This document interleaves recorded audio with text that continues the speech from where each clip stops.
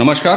प्रारब्ध पर आप सभी का एक बार फिर स्वागत है। स्क्रीन के दूसरे हिस्से में आइए स्वागत कर लेते हैं अपने खोजी बाबा, खोजी पहलवान बाबा रामदास जी का। रामदास जी नमस्कार। जय श्री राम। जी दर्शकों, पहलवानों के मुद्दे पर हमने कल आपके साथ एक बातचीत की थी।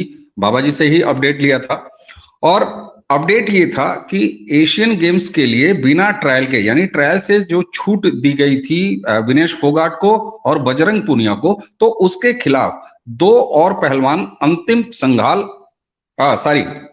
पंघाल और सुजीत कलकल, ये दो पहलवान दिल्ली हाईकोर्ट गए। दिल्ली हाईकोर्ट में इस समय जब हम बातचीत कर रहे हैं तो आज सुनवाई हो रही है।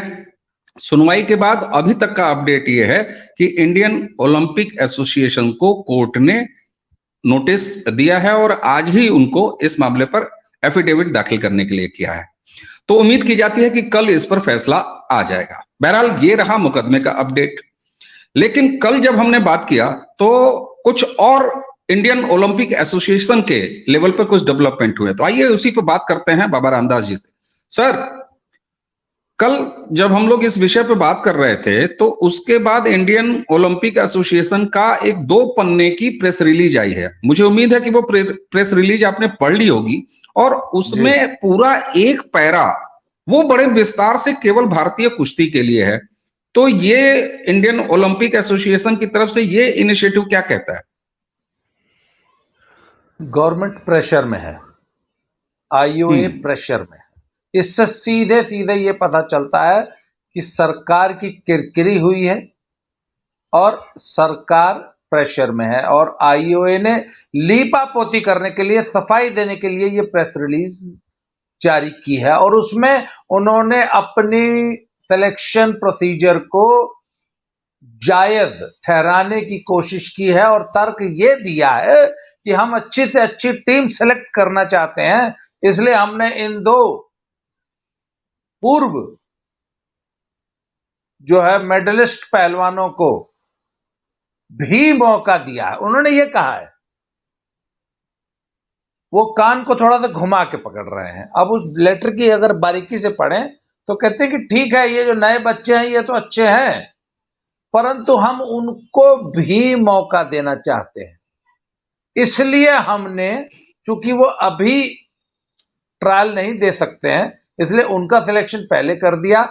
और वहां पर भी आईओए ने 2 फेज ट्रायल की बात की है कि लास्ट स्टेज में अगस्त में हम फिर ट्रायल लेंगे, जिससे कि हम अच्छी से अच्छी टीम सेलेक्ट कर सकें। यहां सीधी सीधी वही बात होगी जो अब तक हम लोग कह रहे थे कि हमें 2 फेज ट्रायल नहीं चाहिए, हमें किसी भी पहलवान की सिंगल बाउट ट्रायल नहीं चाहिए। तो यहां पर ये 2 फेज ट्रायल की बात कर रही है ये चिट्ठी भी। बिल्कुल। और दर्शकों के लिए, अगर मेरे सामने चिट्ठी है और वो पैरा भी बिल्कुल सामने है और बहुत विश्लेषण आपने उसका ठीक ठीक कर दिया है। मैं आधा मिनट लगेगा, अगर इसको मैं पढ़ दूं तो दर्शक और ज्यादा इस पर क्लियर हो जाएंगे। आप देखिए कि 2 पेज के प्रेस रिलीज में जो इनका पूरा पैरा डेडिकेटेड है कुश्ती के लिए, उस पर क्या कहा गया है। The selection process of wrestlers to participate in the Asian game is designed to be fair, transparent and in accordance with the guidelines set forth by the International Federation. The selection committee comprises experienced officials and experts, has recently published the norms and selection of wrestlers so that the entry process of the team includes reserve wrestlers can be completed before 23rd July 2023 to maximize the chance of sending the most competitive wrestling team to the Asian Games 2022. The final selection of wrestlers will be made prior to departure of the team for the competition. This approach will enable us to assess the athletes' current form, consider their recent performance, and take into account by last minute development that may have impacted the selection process. तो ये आपने जो अभी कहा कि इन्होंने घुमा के कान पकड़ा है, यानी कि 2 लेवल की अंततः ट्रायल इन्होंने रख दिया। साथ में ये लीपापोती करने का प्रयास किया है कि हम अभी तक सारे नॉर्म्स फॉलो कर रहे हैं और किसी के साथ अन्याय नहीं होने देंगे। ये नहीं लिखा है, लेकिन ये कहा है कि बेस टीम हम भेजेंगे। उस बेस टीम में ये दोनों लोग बाय डिफॉल्ट शामिल हैं। ये 2 लोग मतलब विनेश फोगाट और बजरंग पूनिया जी। देखिए, इसमें एक तो फैक्चुअल, मैं इस पैराग्राफ को थोड़ा तार्किक रूप से इसको थोड़ी इसकी समीक्षा कर देता हूं। पहली बात तो यूडब्ल्यूडब्ल्यू की ऐसी कोई इंस्ट्रक्शंस नहीं है टीम सेलेक्ट करने में। ये टीम सेलेक्ट करना पूरी तरह रेसलिंग फेडरेशन ऑफ इंडिया का प्रेरोगेटिव है, उनका अधिकार क्षेत्र है और वो उसके लिए गाइडलाइंस बनाते हैं। यूडब्ल्यूडब्ल्यू किसी नेशनल फेडरेशन के लिए कोई गाइडलाइन नहीं बनाती है, number 1। Number 2, wrestling federation of India की गाइडलाइन में स्पष्ट लिखा है कि अब आगे से सिलेक्शन ट्रायल लेकर ही हम टीम का चयन करेंगे। पूर्व परफॉर्मेंस पर टीम का चयन नहीं होगा। इस रिफॉर्म, ये एक सुधार हुआ है। इस रिफॉर्म से पहले जो व्यवस्था थी उसमें भी थी कि हम करंट पास्ट परफॉर्मेंस, देखिए पास्ट परफॉर्मेंस नहीं होती है, करंट पास्ट परफॉर्मेंस के आधार पर यदि चीफ नेशनल कोच और फॉरेन एक्सपर्ट की संस्तुति अगर होती है तो हम करंट पास्ट परफॉर्मेंस के आधार पर भी किसी का चयन कर सकते हैं, परंतु चीफ कोच की संस्तुति पर। अब इस केस में चीफ कोच की संस्तुति नहीं है और हम बहुत पहले से ये पब्लिक डोमेन में कि तीनों चीफ कोचेस जो हैं वो इसका पुरजोर विरोध करते आ रहे हैं कि किसी को स्पेशल ट्रीटमेंट नहीं दिया जाएगा, 2 फेज ट्रायल नहीं होगी, सिंगल बाउट ट्रायल नहीं होगी, सबके लिए इवन प्लेइंग ग्राउंड होगा। इसलिए चीफ कोचेस की संस्तुति नहीं है। इसके बावजूद एडहॉक कमेटी ने, आईओए ने अपनी मनमानी तरीके से ये इन 2 खिलाड़ियों का सिलेक्शन कर दिया है। उसके बाद आईओए की जो ये प्रेस विज्ञप्ति ये कह रही है कि हम सर्वश्रेष्ठ टीम चयन करना चाहते हैं और लास्ट मोमेंट तक करेंगे, ट्रायल लेंगे लास्ट मोमेंट तक। तो भैया सिर्फ खाली 2 वजनों में ही ये कृपा क्यों की जा रही है भारतीय टीम पे? अरे भैया, साक्षी मलिक भी 2016 ओलंपिक की मेडलिस्ट है, वो भी अनफिट है, वो भी अमेरिका में मुल्तानी मारने की प्रैक्टिस कर रही हैं, उनको ये मौका क्यों नहीं दे रहे हो? रवि दैया भी अनफिट है, वो अपने घुटने का रिहैब कर रहे हैं, वो भी 2 महीने में फिट हो सकते हैं, ठीक? तो उनको ये मौका क्यों नहीं दे रहे हो? आप बताइए ना। और ऐसे बहुत से पुराने खिलाड़ी हैं। तो आखिर ये कृपा सिर्फ 53 किलो और 65 किलो विनेश फोगाट और बजरंग पूनिया पर ही क्यों की जा रही है? अन्य वजनों में क्यों नहीं है? अन्य वजनों में स्टैंड बाय खिलाड़ी क्यों नहीं है? सिर्फ इन्हीं 2 वजनों में क्या? ये सर, ये सवाल तो बनता है कि नहीं बनता है? बिल्कुल बनता है। और आपकी बात कैसे जस्टिफाई होती है, ये सच साबित होती है कि 53 किलो और 64 किलो यही दोनों जो वेट कैटेगरीज हैं जिसमें 53 किलो में आती हैं विनेश फोगाट। तो आप देखिए कि इसी के खिलाफ ये छूट केवल 53 में है, इसीलिए अंतिम पंघाल ने केस किया है हाई कोर्ट में जी। और दूसरा जो है बजरंग पूनिया वाला जो वेट कैटेगरी है उसके लिए सुजीत कलकल गए हैं। इन दोनों पहलवानों के अलावा तो कोई और वेट कैटेगरी का कोई पहलवान हाई कोर्ट में गया नहीं है इस अन्याय के खिलाफ। तो यहां से साबित हो जाता है कि केवल इसी 2 कैटेगरीज में ये छूट दी गई है। जी, ठीक बात। तो अब जी, आज की रिट में जो अभी तक जो अपडेट आया है वो ये है कि आज की हियरिंग थी और हियरिंग में ऐसा बताया गया है कि जज साहब ने जो है आईओए को नोटिस इशू कर दिया है और आज ही एफिडेविट सबमिट करने को कहा है, आज ही अपना जवाब देने को कहा है, जिससे कि कल उन्होंने फिर डेट रख दी है, जिससे कि कल वो इस केस में फाइनल फैसला सुना देंगे, जिससे कि परसों स्मूथली ट्रायल कराई जा। ये आपको मैं लेटेस्ट अपडेट बता रहा हूं आधा घंटा पहले। बिल्कुल बिल्कुल, इसको हमने शुरू में दर्शकों को बताया भी। तो अब अगर मान लीजिए कल फैसला आ जाता है, फैसला क्या आ सकता है भाई? दो फैसला आ सकता है। अगर मान लीजिए नेगेटिव गया तो उस पर तो हम बात नहीं करेंगे, लेकिन अगर पॉजिटिव गया फैसला तो वो फैसला क्या हो सकता है? क्या अनुमान है आपका? देखिए, अगर कुश्ती के हक में पॉजिटिव गया तब, और जिसकी पूरी संभावना अब मुझे लग रही है, क्योंकि जज साहब ने जो है लंबी डेट नहीं दी और आज ही नोटिस इशू करके कल जो है इसकी फाइनल हियरिंग के उन्होंने जो मंशा दिखाई है, तो इससे मुझे लगता है कि कल जो है मोस्ट प्रोबेबली 99.9% मेरा विश्वास है कि ये भारतीय कुश्ती, भारतीय जूनियर खिलाड़ियों के पक्ष में फैसला आएगा और जज साहब ये फैसला दे देंगे कि फेयर ट्रायल कराई जाए और सबको बराबर मौका दिया जाए। और चूंकि ट्रायल 22-23 को होनी है, इसलिए मेरे हिसाब से धरनाजीवियों का पत्ता कट जाएगा, उनका खेल यहीं समाप्त हो जाएगा, ऐसी पूरी संभावना है। और मैं बहुत कम से कम होपफुल हूं कि कल हमें अपने फेवर में, मैं बहुत आशान्वित। ठीक बात है। अच्छा, आप जब ये कह रहे हैं कि ये इन धरनाजीवी, यानी कि इसमें तो दो ही नाम हैं, विनेश फोगाट और बजरंग पूनिया, इनका पत्ता साफ हो जाएगा, तो आप ये बताइए इनका पत्ता साफ क्यों हो जाएगा? क्या ये अगर ट्रायल में आके ट्रायल दे दें? हाँ, पत्ता साफ इन द सेंस कि अब कल भी अगर कल ये इनके हक में फैसला नहीं आता है और इनको जो एग्जेम्प्ट किया गया है ट्रायल से, वो एग्जेम्पशन अगर कल, तो कल भी अब वो फ्लाइट पकड़ के परसों आके ट्रायल दें, परसों विनेश दें, चौथे दिन जो है 22 तारीख को विनेश, 23 तारीख को बजरंग आए और ट्रायल में अपियर हों। और हम तो सब, हम डे वन से कह रहे हैं कि आप तगड़े हैं, बहुत अच्छी बात है, आप जूनियर पहलवानों को हराइए जाइए, we want the best team to be selected. देखिए, हम ये अंतिम के या सुजीत के या किसी जूनियर पहलवान के पक्ष में लड़ाई नहीं लड़ रहे हैं, हम कह रहे हैं कि जो सबसे तगड़ा है। देखिए, मैं एक बात और बताऊं आपको, जब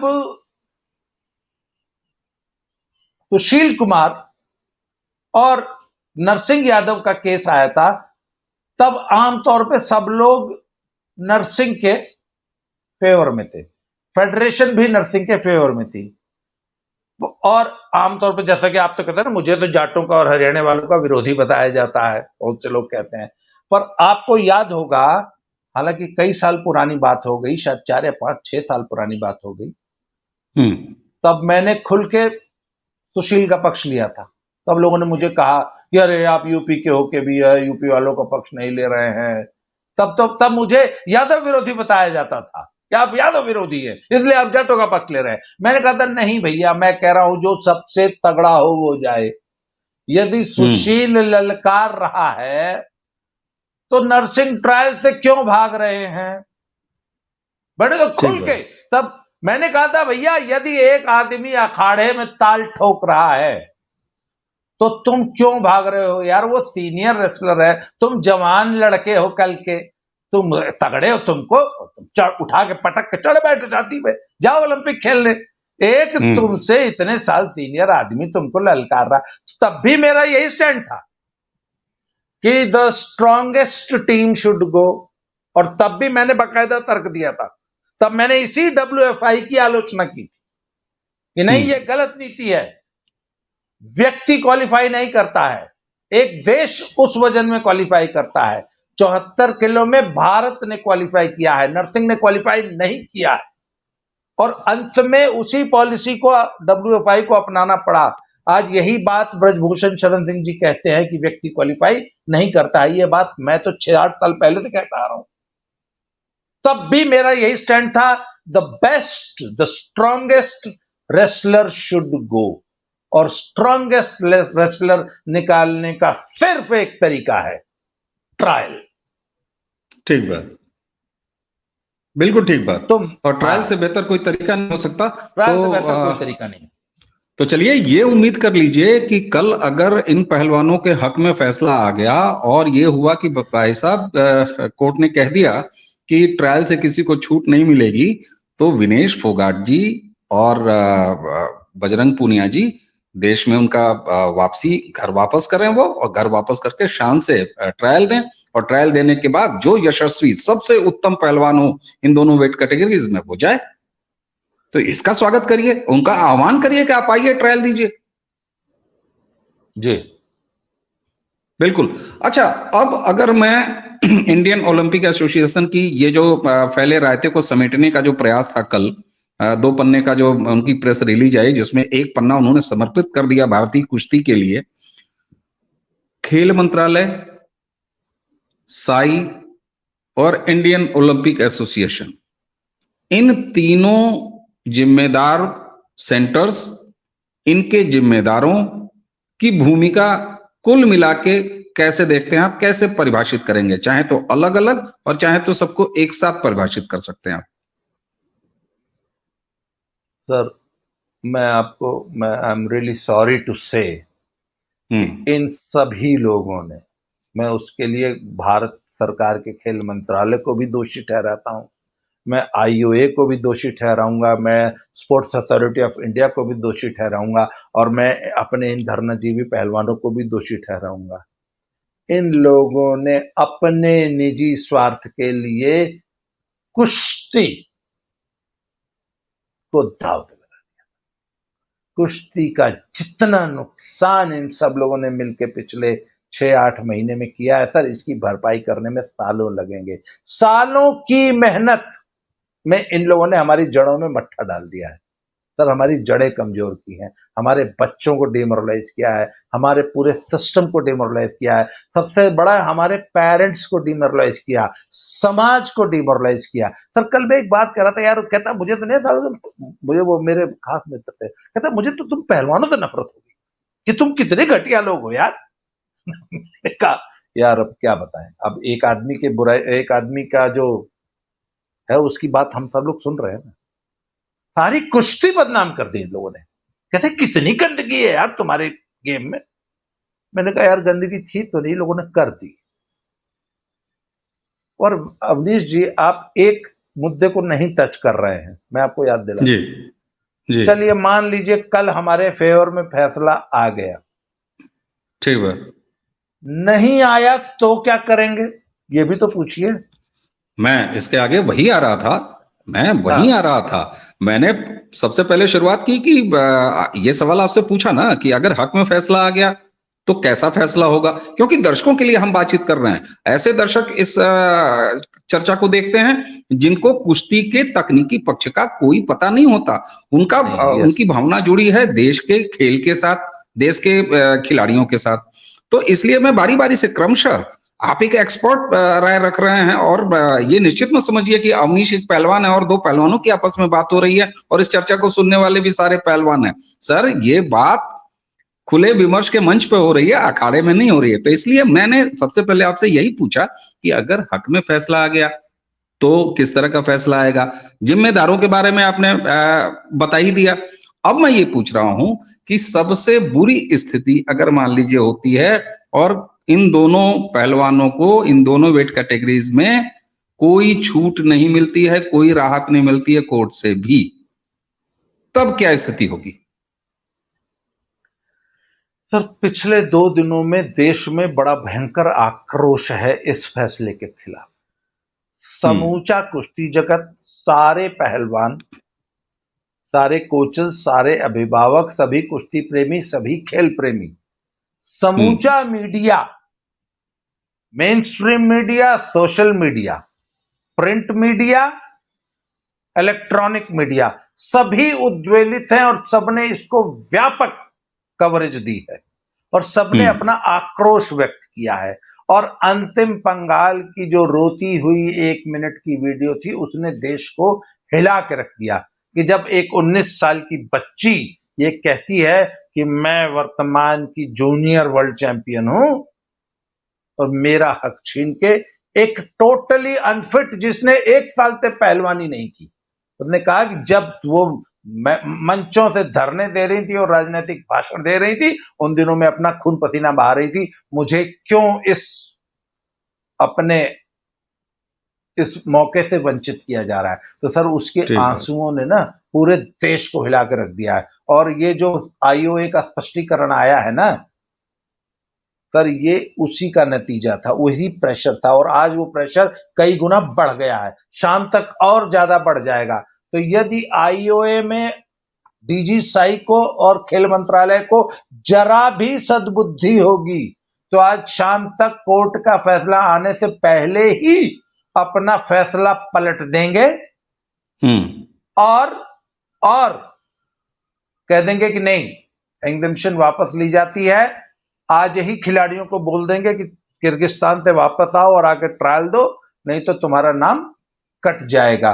अगर इनको जरा सी भी अकल होगी तो शाम तक ये तुरंत जल्दी से जल्दी ये फैसला ले लेंगे। उसमें एक डेवलपमेंट और हुई है। कल मैंने आपसे कहा था कि सिलेक्शन कमेटी में 7 लोग हैं, जिसमें 2 सरकारी पिट्ठू हैं, 2 धरनाजीवियों के पिट्ठू हैं और 3 खिलाड़ियों के कोचेज और अलका तोमर हैं। तो वो जो 2 खिलाड़ियों के जो पिट्ठू थे, ज्ञान शेरावत और अशोक गर्ग, कल उन्होंने एक चिट्ठी जारी कर दी सोशल मीडिया में, जिसमें उन्होंने ये स्पष्टीकरण देने की कोशिश की है कि नहीं भैया नहीं, हमने नहीं कहा है, हमने एडहॉक कमेटी को ये नहीं कहा है कि आप इन दोनों को डायरेक्ट एंट्री दीजिए। और वो चिट्ठी बाकायदा सोशल मीडिया पे टहल रही है। बाजवा साहब बहुत दिनों से कहते रहे कि मैं तो बिल्कुल पक्ष में नहीं हूं, यही दोनों राहु केतु मुझसे जबरदस्ती ये फैसला करवा रहे हैं। तो भैया जब कोई इस पक्ष में है ये नहीं है, राहु केतु ने अपना स्पष्टीकरण दे ही दिया, तो अब एडहॉक कमेटी को कौन रोक रहा है? अभी तुरंत चिट्ठी निकालिए, क्या है? कोई छूट नहीं, सबको ट्रायल देना होगा। चलो विनेश बजरंग हाई हो, फलाने ढकाने अमेरिका जहां भी बैठे हो, तुरंत वापस आओ। और आजकल के साथ 4 घंटे की फ्लाइट है, किर्गिस्तान से 5-6 घंटे की फ्लाइट है, अभी चलेंगे, शाम को चलेंगे, कल सुबह आ जाएंगे। ठीक बात है। अच्छा ये बताइए, आप जब ये कह रहे हैं कि फलाने नहीं चाह रहे हैं, ढकाने नहीं चाह रहे हैं, ये नहीं चाह रहे हैं, मतलब कोई नहीं चाह रहा है, तो आखिर चाह कौन रहा है जिसकी वजह से ये सारा अन्याय हुआ? कोई तो है, कोई तो चाहने वाला होगा। बिरजू डीजी साई, ये सारा रायता मैं दोबारा फिर कह रहा हूं। अच्छा, बाजवा साहब सचमुच नहीं चाहते हैं, ये मुझे पक्का मालूम है। बाजवा साहब जानते हैं कि मेरी कलम से अन्याय कराया जा रहा है।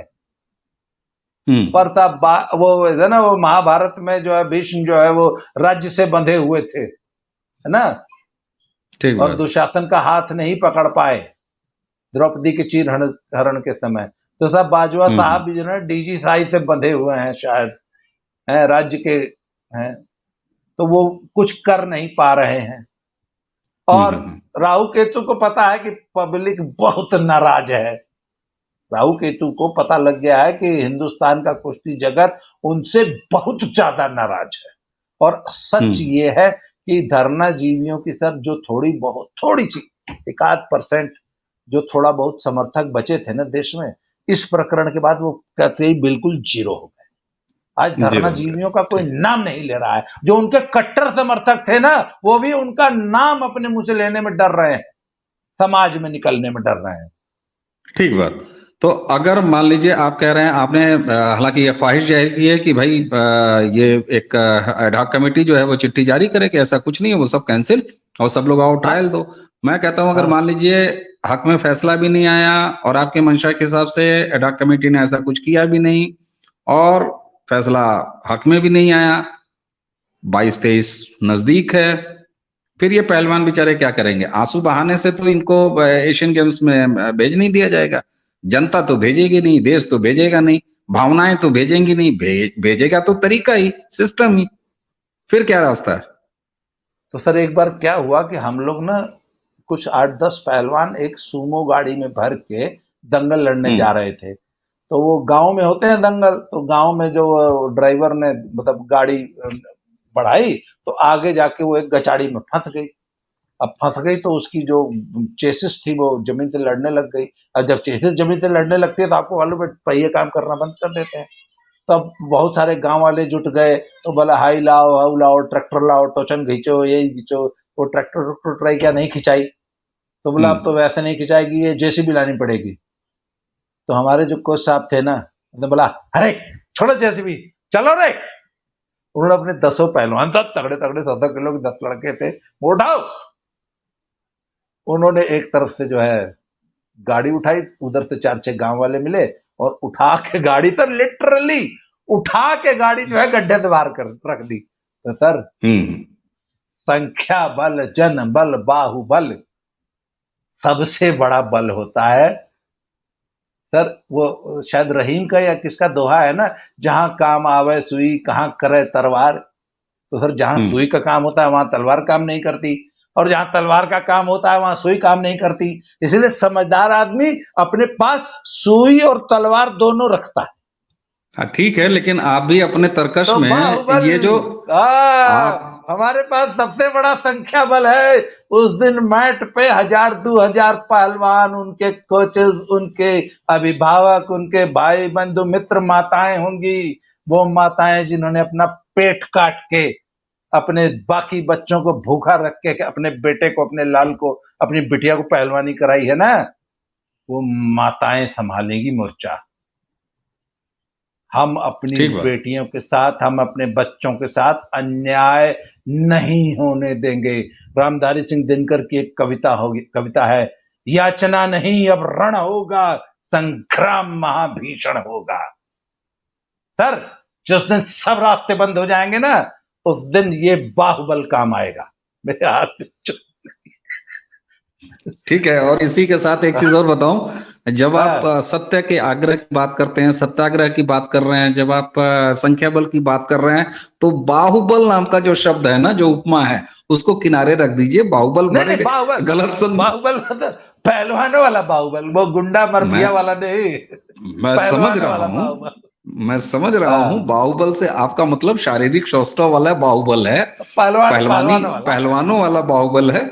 लेकिन आपको भी पता है कि बाहुबली और बाहुबल वो जो है सामान्य जो डिस्कशन होते हैं उसमें जो है वो अराजकता से जुड़ा हुआ है। तो कहीं ऐसा ना हो कि आपके हमारे इस वीडियो को सुनने के बाद 1-2 नामजद FIR हो जाए लोगों की तरफ से कि ये धमकी वाली बातें की गई हैं। तो चलिए इसी के साथ जी बिल्कुल। तो सत्याग्रह मैंने पहले ही कहा कि आप सत्य के आग्रह की बात, जिसका कि जब संधि करते हैं तो सत्याग्रह हो जाता है, जब सत्य आग्रह के साथ संधि करता है तो सर वो सत्याग्रह होता है। तो चलिए, जिस खुशनुमा अंदाज में और जिस कमिटमेंट के साथ आपने सत्य का आग्रह कई बार घुटने से, केहनी से, इन अंगों का प्रयोग करते हुए करना पड़ता। सच सिर्फ जीभ से नहीं बोला जाता, सच कई बार केहनी से, पंचांगुल मुष्टि से और घुटना से भी बोला जाता है। नहीं बिल्कुल बात है। देखिए विभिन्न तरीके हैं। बिल्कुल देखिए, सत्य जब आग्रह करता है तो कोई आवश्यक नहीं है कि केवल वाणी से आग्रह करे।